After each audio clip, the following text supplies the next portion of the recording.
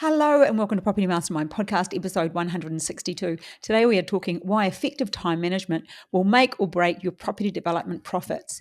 We're going to break down all of the steps and talk about how they impact time and what that could cost you when it comes to property development. So let's jump on into episode 162.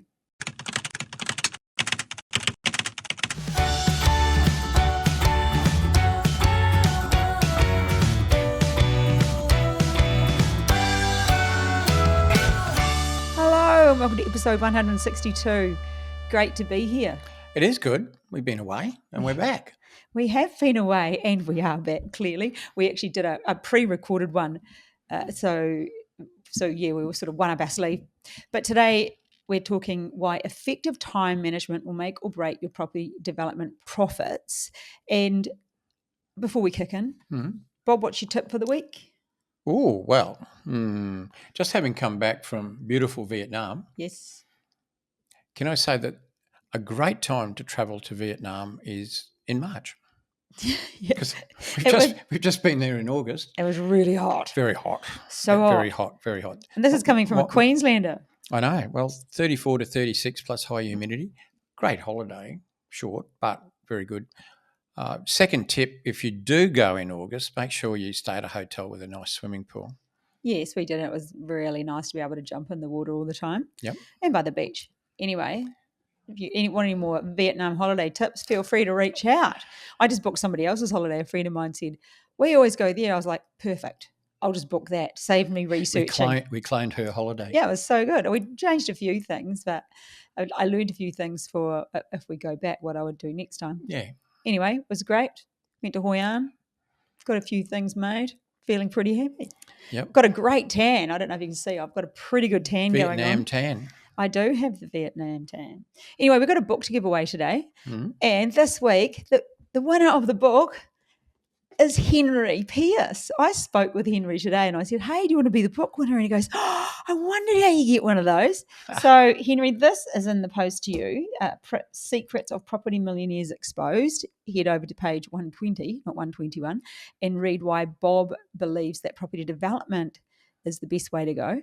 So if being a full-time property developer is your goal, then you need to get yourself a copy of that book and have a read of the section that Bob wrote. And if you do want to win it, you need to reach out to me and let me know you'd like to win it. Some way, somehow, some form, some social media platform. Send me an email, something like that. You always find it somewhere. And of course, you're welcome to buy a copy of my book, 3 Wines In, How to Increase Your Self-Confidence Today and Succeed in All Areas of Your Life Without the Hangover Tomorrow. And that's for those of you that are stuck and lacking confidence to take forward in some area of your life. So pretty important in property development. It's very important. It could be the book you read just before you take off on property development. It was a life changer for me. Even writing it was a life changer for me. Anyway, if you want a copy of that, head over to my website, hilarysaxton.com. Alrighty, Bob. Yes. Well, let's talk about why effective time management will make or break your property development projects. Now, I wrote a wee blurb here. Okay. In the dynamic world of property development, effective project management is the linchpin that holds everything together, and we agree with that, yes? Yep. You do have to be organised and have very good time management. So, and this begins from the initial planning right through to final execution. Each phase requires meticulous coordination and just detailed planning. Yeah. And then, so today let's open up and have a chat about project management strategies that can help people that listen know what they need to do and know a bit more about the process, stay on budget, stay on target. On time, on budget. And deliver successful projects. And just let me say, if you are thinking about property development and you haven't done a course, head over to our website and check out at least our bundle. It's definitely worth knowing what you need to know. You might think, I already do some of that. Trust me, there'll be things you don't know. But anyway, They're the ones that hurt. Yeah. You're playing with money.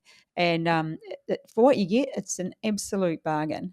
But so, Bob, let's first of all talk about Henry. When I spoke to him this morning, he said, tell me about Henry. He told me this morning that he listens to our podcasts in the gym, and that is a form of effective time management. It is. Yeah. It is. It's what's he doing there? He's exercising his body. Yeah. And exercising or improving his mind, his knowledge. Well, he's learning. And hopefully getting entertained. Yeah, well, learning something as well. But learning, doing two things at once. Yeah. I'm the same, Oh, Henry. yeah, you do 4 things at once. No, I like to go to the gym and listen to podcasts or or some people listen You when they're can't do driving. one thing at a time, though. No, I like to do 2 things at a time. At least. Okay, so well done. And that is a form of effective time management. Yeah. But Well done, Henry. When it comes to property development and managing developments with, timing and effective timing, let's talk about the initial planning. When does that, so how does that sort of, what's your number one tip when it comes to planning a development? Well, As in timing. Yeah, I start timing before I've ever bought a site, before I bought the deal, when I'm doing the feasibility even. Because when you're doing a feasibility, we know property development's all about numbers. The numbers have to stack up. If they don't, in the bin. Very important. Got to do a feasibility, got to know it stacks up before you buy it. And part of doing a feasibility isn't just knowing what the items are and how much they cost. You need to know timing, because time's money. The effect of time is interest. If you drag it out, because not on purpose, I assume, but if a project gets dragged out because of bad time management, it's going to cost more in interest. And so timing's important. So when I'm doing a feasibility, I'll break down the process into times. Like, for instance, it might be a 60-day contract. Well, that's 60 days I settle. A certain number of months to get the development permit, a certain number of months to get the building permit or construction certificate, a certain time then to get a tender for a builder and get them lined up, a certain amount of time to construct it, and a certain amount of time to sell it and settle and get the money in the bank. And I have to tell you that the Property Mastermind calculator has a Gantt chart inside it. So it does have a timeline type chart. Yeah. But Bob does it in a very piece of paper, like a piece of A4, and just draws a straight line down, and he marks it out. Well, actually, it's got lines on it. And he marks out each line as a week. And he marks out at X amount of weeks. Is it a week or a month? I work on months. All right, so each of those is a month, and he just writes it down. And because I suppose you've done so many, in your head, that's going to be X. You're going to have that done by then. You're going to have that done by then, and when your timings are. Yeah, and it might add up to 20 months. It could be, I don't know, duplex or whatever it is. So a certain amount of time for everything, and that's important. It's important not just to get the items, the dollar values, but important to get your timing right. If you're wrong with your timing on a feasibility, and I've often seen this, where people sort of overestimate how fast they're going to go, it makes it look better than it is. So you just got to be real. So timing's important. It affects interest, and that's that. So you asked me, when do I start to look at timing on a project? I start to look at it at the feasibility stage, which is the number one thing, because you don't do anything else until you start with your feasibility before anything. Yeah. The numbers don't work. Don't bother. Pull up stumps and move on. So, Bob, when it comes to, I'm going to move on to the next thing now, which is assembling the right team. What role does anyone's role take longer than the others, and what happens if you have somebody who sort of drags the chain? Yeah, well, you could have a combination of a developer dragging the chain, but you can have consultants dragging the chain, and they'll be costing you money every day they're over. So one thing I like to do when I've pulled a team together, let's keep it simple. Let's say we're going to get a development permit for some townhouses or whatever. So we need a surveyor and an architect and a town planner, maybe a civil engineer, not sure, depends, landscaped architect. So there's 4 or 5 consultants that we need to get our development permit initially. Well, when we get quotes, I don't want to know just how much you're going to charge them, but how fast you're going to be to do the work, because time's always money. And the lead consultant at that point is the architect, but other people are waiting on the architect to finish to do stuff. He's waiting for the surveyor to do the survey so he can start. So you got people waiting for people to do stuff, and if one's slow, everyone's slow. So what do you or have you had an experience where somebody has really held you up? Yeah, I've had a few. And then what do you do in that case? Well, there's one I remember. He was a hydraulic engineer, so he designed. It was some townhouses from memory, and he was designing the hydraulics, which is all the internal plumbing, the where does the stormwater go, or off the roof, all that sort of stuff. And I bet right now there's a few people going, I don't know that was the hydraulics, the internal plumbing. Everything to do with Yep. plugs and drains and taps and hot and cold water and where the water that goes through your gutter goes down the downpipe, all that sort of stuff, hydraulics. Yep. And this guy had promised me on a certain date. So I did what I normally do. Let's say he'd promised me on a Friday. I'll ring him up on Tuesday or Wednesday. Before the Friday. And say, hey, how's it going? You've promised me Friday. I love to use the word promise. How's it going? Just tell me I'm definitely going to get it on Friday, or if not before. So what that does, if they're running late, it gives them a chance to save face, because I've gotten to them 2 or 3 days early. Mm. And so this particular guy said, yep, be good for Friday. So sure enough, rang up Friday. Didn't quite get it done. Be right for Tuesday. Anyway, because now it's costing me money even on a weekend. Yep. And so Tuesday comes, didn't quite get there. So it was now Thursday, so basically a week late. So I thought, okay, no more of these phone calls. So I drove to his office and I went in there. It's probably about 10 o'clock in the morning. And I said, I'm here for the plans that you promised me last, Friday you didn't deliver. You promised me Tuesday you didn't deliver. Here it is Thursday. I said, no more phone calls. I'm here and I'm not leaving without the plans. These are in the days where you had paper plans. Mm. They used to roll them up into a roll. And he said, oh, look, probably won't have them for tomorrow. I said, well, that's okay. I said, when you leave tonight, just shut the door. I'll be here. I'll sleep. I'll be sleeping on this chair. You come in tomorrow, I'll be here. I'm not going home. So far, you did not. No, I did. Did you? I'd had enough. Oh, yeah. An hour later, I got him. Oh, yeah. I did spend an hour in his little waiting room there, but I got what I wanted. So, but that cost me money. Yeah. How much? Well, I'm not sure. It depends on what my debt was at the time and the interest rate. But every day's money. So that was kind of quite assertive, an assertive way. But I suppose you started the process early enough, knowing you were getting them on the Friday. Well, I was you lied to communicated twice. early. Yeah, but prior to that, say he hadn't lied to you, at least by ringing him on the Tuesday to check that they were on time. In most cases, you would hope that they would do that. And in many cases, they won't. But at least he knew you weren't going to sort of let it go. No, so that's why it's important when you get a quote off them to get a time frame, and make sure they understand they have to keep to that time frame. Yeah. I'm not just engaging you because of your price. I'm engaging you because you said you could have it by Friday week. And I think that that's a really good tip there. Ask for the when you will get it time, when you are getting quotes and working with people, asking that information. Yeah. And get back to them a few days early to give them time to save face if they are running late. Before they come up with the excuse on Friday that it's not going to be ready today, get to them on Wednesday and say, you promised me Friday, I need it.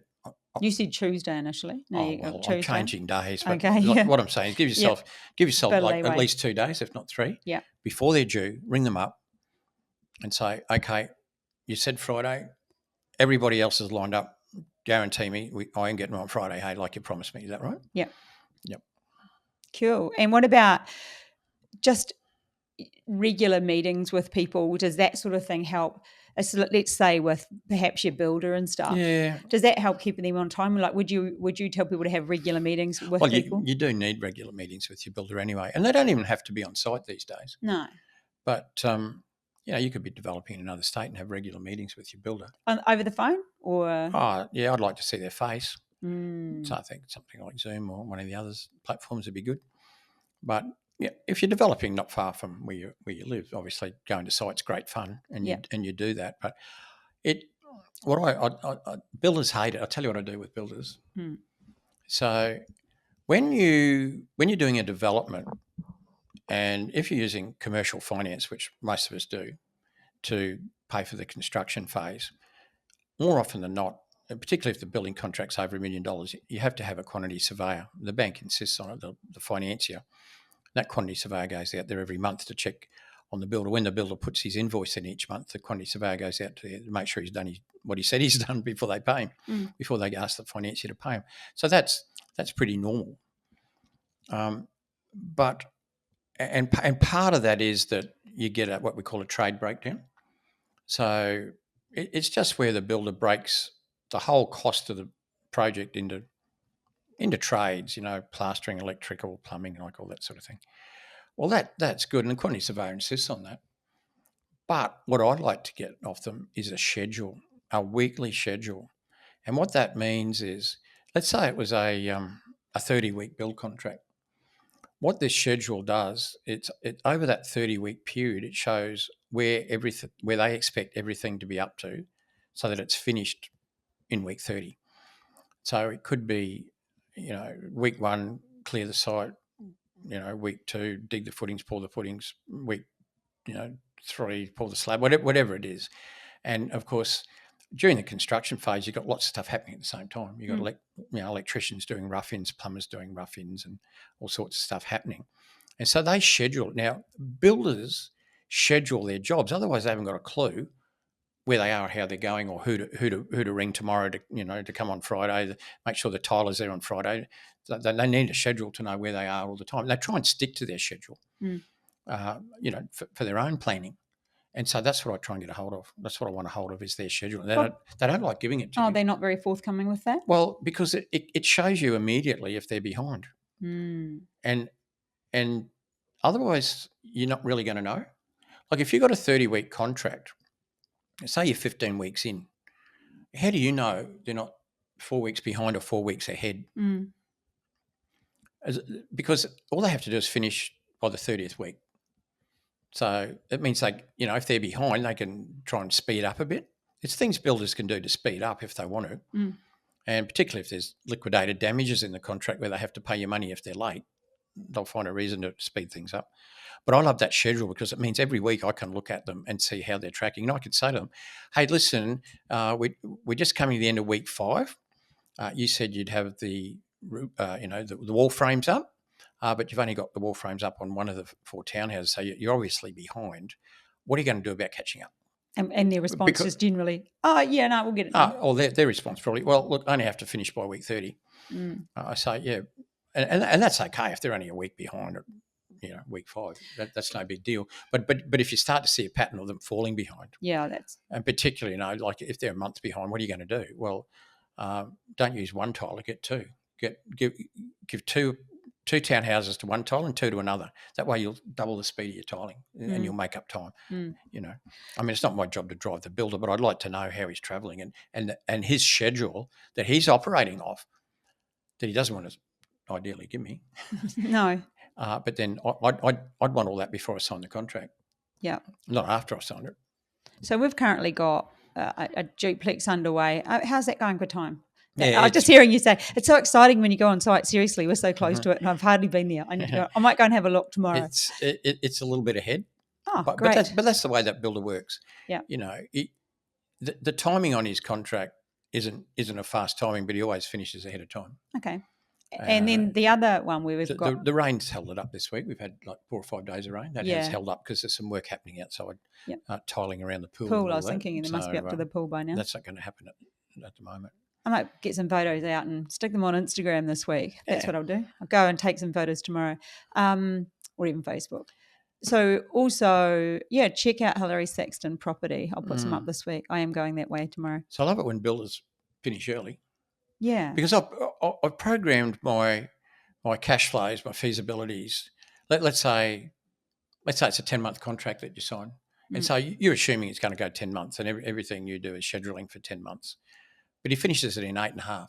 Well, that's 6 weeks. That's 6 weeks of interest. I mean, that's good. So that's very effective time management from him. Yeah, how good's that? But then, he's probably allowed himself a bit of fat in the timing anyway. Yeah. And then, Bob, so with the over 50s lifestyle village that you're building, how do you keep with that builder? Because those are a 3-month build. Yeah. And so how do the timings for you, how do you stay organised with the timings on that? My business partner, whom you know very, very well. I do. Pete is a commercial builder, over 20 years experience. So he actually he runs. He's the one who works closely with the builder because he's a builder himself. Yeah, and they've got a very good relationship. So two sort of talking to each other. Talking builder One stuff. the developer and the other one the builder. So does he ever go and help him? he has, actually has. I think he helped pour a slab the other week. He was just on the screed or something, but he just can't help himself. He gets back on the tools. I try and don't go on the tools. Okay, that's funny. You can't hold a good builder down. But yeah, so he does that, and he's quite good, and he's even helped the builder schedule, and he's actually improved the efficiency of the builder himself. Wow. Which I probably wouldn't have been able to do because I'm not a builder, but he is. He's done a lot of commercial stuff. And so he was able to actually help the builder, and the builder was very pleased, helped him out. And got him more efficient, got him a bit faster. So it was a win-win for him and for the development. Because we've got to push houses out, good quality houses, quite quickly. Yes. So Bob's still staying on the whole effective time management thing. What's the impact with risk management and time management? Well, I guess when you're talking about risk management, it's something that you look at the beginning, like what things could happen to slow you down or to affect your timing.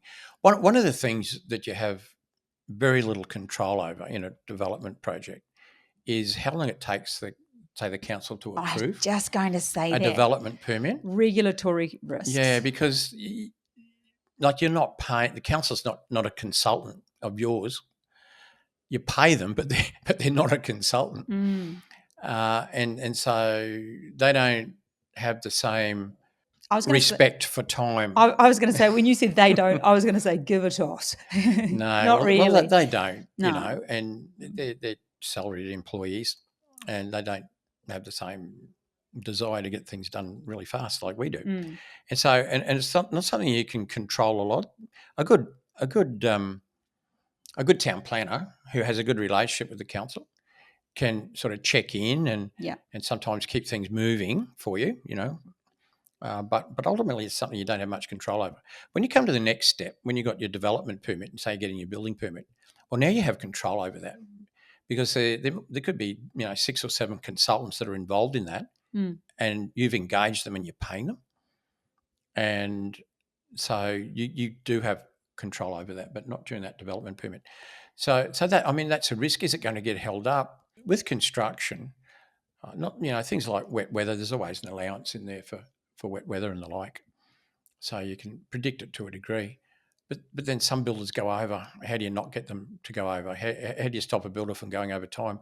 Well, if you've got a solid liquidated damages clause in there where he has to pay a certain amount of money every day, and it's going to hurt him every day he's late, that could help if you can get that in the contract. So you're looking for slippages or how you can tighten things up. And a lot of that is up to you. You can control a lot of the timing because you're engaging the people. You're basically the boss, I suppose you could say, because you're paying the bills. Like the architect, pretty important, particularly in the building permit. Everybody's waiting for the architect to do his detailed plans. Structural engineer can't do his stuff. The civil guy can't do his stuff. The hydraulic guy can't do his stuff until he's got those plans, and so forth. So, pretty important that the architect is very efficient from a time point of view. I think what I'm hearing, it's just vital that you fully understand property development and what needs to happen to be able to all the processes. All of the processes, and so you can make sure that you are effective with the time management side of things. Because if you're not, it can be the difference between making and breaking. And I suppose we talk about due diligence so much, but we never, I don't think, cover time management and due diligence. Yeah, so there's 2 types of time management in a way. One's yours personally. Yes. And the other one is the people you do business with. And we talked about Henry using his time management for going to the gym and listening to the podcast. Yeah. But so you've got to be efficient yourself. Yes. Prioritise it. It's money. Towards the end of a project, even something like a 4 townhouse project, you could be paying $400 a day interest on your loan. It's fully drawn at that point. Well, if you're a bit lazy and you think, oh, look, I think I'll go fishing today. It's only one day, who cares? And you don't do any work that day. That day would have cost you $400 in interest. So it's not just the petrol and the bait. It's the fact that now you let everything delay by a day. And 1 week is 4 times 7. Yeah. So Yeah. So, but like you might say, oh, look, $400. I'm making, I'm making 600,000 out of the project. Who cares about $400? But I always make the comment: if I was to ask you to pull out 8 $50 notes out of your wallet, which is $400, and burn it, and just sit there and watch those 850s go up, it would be very difficult to watch. But you just burnt 400 going fishing. Now, I'm not saying you don't go fishing. you're saying, maybe you can take your laptop out fishing and your phone, and if you've got good reception. well, it's really about, like you say, time management. Your laptop will come back stinking of prawns and everything, but maybe you can do a bit when you're out in the boat. Who says they're using fresh bait ball? They might Use not lures. be. They could be using lures. Okay, so regulatory controls, as in council's hard to manage, and you've had your fair share of council issues, as we all have. Yes, I have. Another one for risk management, financial risk, construction risk, but we've talked about construction risk. And maybe financial risk, say someone's going, waiting on the valuation and that doesn't come in at what they'd hoped. So, what's the time management problem that could there? relate to time, because you might have to go and get another valuation, Yeah, that's what I'm or thinking. go to another financier. Yeah. If that was to happen.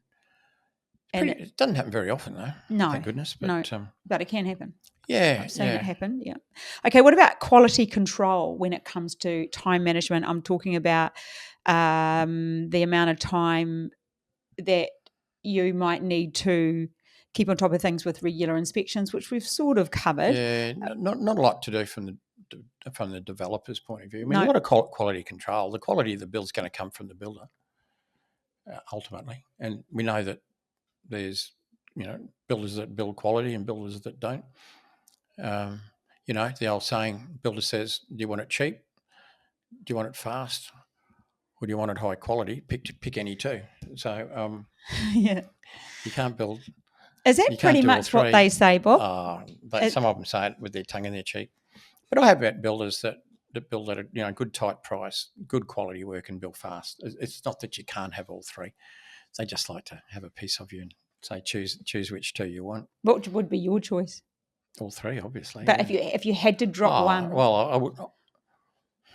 Well, if they go slow, it's costing me money. Yeah. If they build a shabby job, that's probably the worst. It's costing you money. Yep. Well, I think because it could restrict your sales. I'd rather a builder go a little bit slower and I pay a bit more interest because he's slow, but he does a really good job. Not going to have any problem selling it. It's because if you've got problems selling something, your loan's fully drawn. It's costing you a lot of money every day. You need to get it sold. So you don't want shoddy workmanship. That's probably the worst thing. Yeah, okay. So that's probably another really good tip from this podcast. Workmanship, you've pulled that out as the number one. You asked me if I had to choose two out of the three, the one I don't want to deal with is shoddy workmanship. Yeah. What about adaptability and flexibility, Bob, when it comes to time management?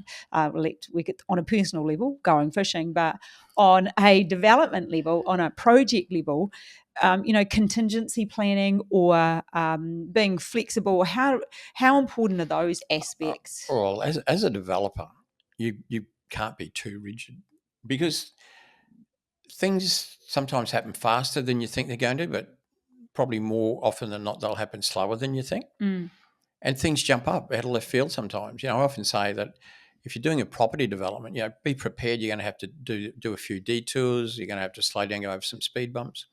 That's just property development. And sometimes you have a project with more detours and more speed bumps. At the end of the day, it might have cost you a bit extra in interest, gone a bit slower, this, that. So instead of making, you thought you're going to make 500,000, you make 400,000. Some people might get upset that they didn't make 5 and only made 4, but then some people that didn't do property development all and made 0 probably think 400 is pretty good. Yeah, exactly. So it's relative. But then, you do projects where you thought you were going to make 5, the market's moved up, everything's gone well, and you make 6, when you thought you were going to make 5.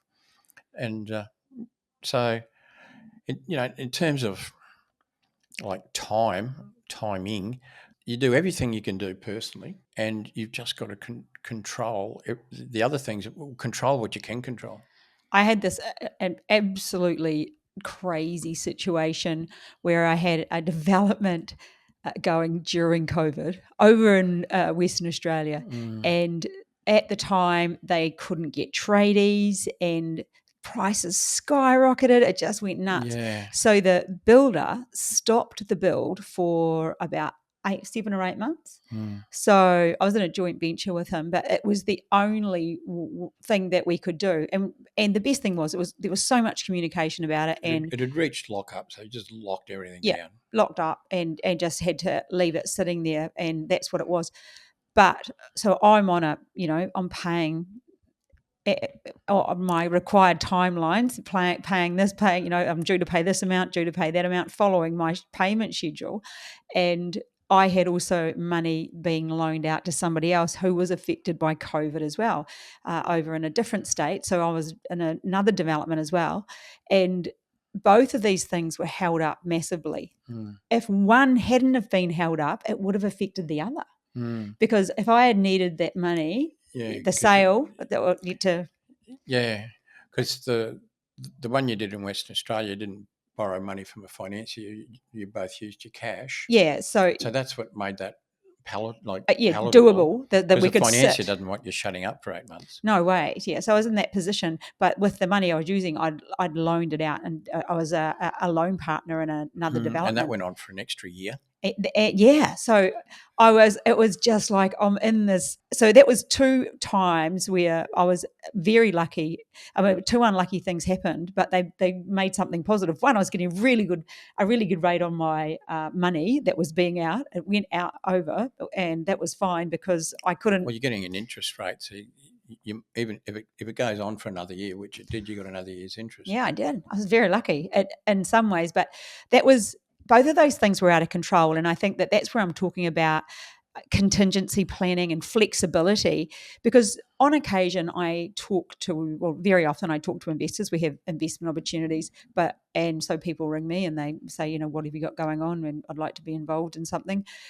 But I've talked to people in the past, and sometimes people ring you for advice, Bob, where they may have money out with an investor and it's going over time and they're getting really angry because they want that money back. But so that was the same situation as me. I'm still getting interest on it, and I didn't mind because the money was not required. But that was just, I was lucky. But we hear of situations where people are unlucky. So what I'm saying, I suppose, is that things sometimes will take longer than you think. And even though you do as much planning as you can, particularly something out of left field like COVID. Oh yeah, that just crazy. With that project of yours, being in Western Australia was sort of like a double whammy, because a lot of the trades just prior that the mining had picked up. Yes. And a lot of trades had left Perth to go to the mines, so they were already short of trades. And then COVID hit, and building sites getting shut down, and build prices, at the back end of it, even after COVID, and you're sort of recovering. Build prices went through the roof, up 30%. Yeah, it was nuts. So, but there was the ability to be flexible, which was kind of very lucky for me. Timing can work. Yeah, it can work for you. Well, look how many people, when values really went up substantially. I think, let's say 2021, whenever it was, they went up a lot. Yeah. Post COVID, so we had people who'd bought sites that weren't any good, never stacked up. All of a sudden, they stack up. Not us. We're saying there were people out there that did. Yeah. People that think people that would never have, they never would have gotten their project off the ground. Would have lost a heap of money. Yeah. Because build costs went up, but values went up a lot first, and then build costs sort of followed. Yes. And so there's quite a lot of people that had dud sites that didn't stack up that got out of it pretty well because the timing, just accidental, not because they were clever, accidentally got out. But then, some people got caught the other way a bit when, they bought at market value and then the bill costs went up so much. So that's a timing thing again that works against you. Yeah. So it's important to do your numbers on, like you always say, what's happening right now. You can't be conservative and you can't be predict inflated. The future. Yeah, you can't. You just do it on today's. Well, when I say can't predict the future, you can to a degree. Yes. But by really analysing the market and knowing where it is and what the drivers are and where everything's situated. You don't get it 100% right. And the last one really is the problem-solving mindset. If you head into your property development with not the whole rigid plan. The plan is that, that you will adapt. Yeah, you have to adapt in property development. You have to adapt, and you have to have a timeline. You have to understand the importance of effective time management, because if you don't, you will lose money. But you have to have the mindset that you can do it. Let's say you're not great at time management. You're good at certain things, but time management's not one of your strong things. How much can you do to improve your time management skills? Is it something that? Yeah. And what do you do to sharpen it up? Other than, I mean, there's probably 50,000 time management books out there that show you how to sharpen up on it. I love that Pomodoro technique. Yeah, tell me about that. So that's that whole chunking your time into starting with maybe 20 to 25 minutes, 25 minutes for most of you, putting a timer on your phone and facing it upside down and having it on no notifications, nothing flashing up on your screen. Anyone who has things flashing up on their screen, on their phone screen, is just hijacking their brain. Such a distraction. Set a timer for 25 minutes, turn your phone over and go uninterrupted for that 25 minutes and practice that as a technique, because that will make you much more effective with your time, because we get into a habit and we're getting worse with it because of cell phones. They're in our hands all the time and we use them all the time. And little ding happens and sort of look over there. Or even if it's quiet, just the flashing light. Yeah. And it gives us a dopamine hit. There's so much research about it now, how bad it is for us. And it's making us less effective and lose time management, our ability to be time effective. So, yeah, I would recommend doing that, the 25-minute Pomodoro. And if you can get to that, stop, have a 5-minute break, do whatever you need to, go to the bathroom, have a sandwich, run around the block, answer the phone, ring your nana, whatever you need to do, and then go again. I think I accidentally started doing that without ever knowing about it or hearing about it. You reminded me to do it a few years ago. I was struggling getting back on track, and you told me to do that, and it really did work. And I will use it. I still use it now. I'll just, if I'm feeling like I've got too much on and my brain's all over the place, phone out, turn it on, and off I go. Like turn it on to the timer, set an alarm, and then I can stop and do something else after that. Just allocate that amount of time. Not too much. Don't go and try and allocate an hour. Yeah, nah, because I'll just get interrupted. You can reset and do another 25 after you've reset things. Back to back if you want. So, Bob, I think we've covered effective time management for property development, and I hope we've opened your eyes to the importance of time management when it comes to property development for making a profit, at least. Yeah. So that's pretty much it. Episode 162. We will catch you next week with episode 163. Bye. Bye.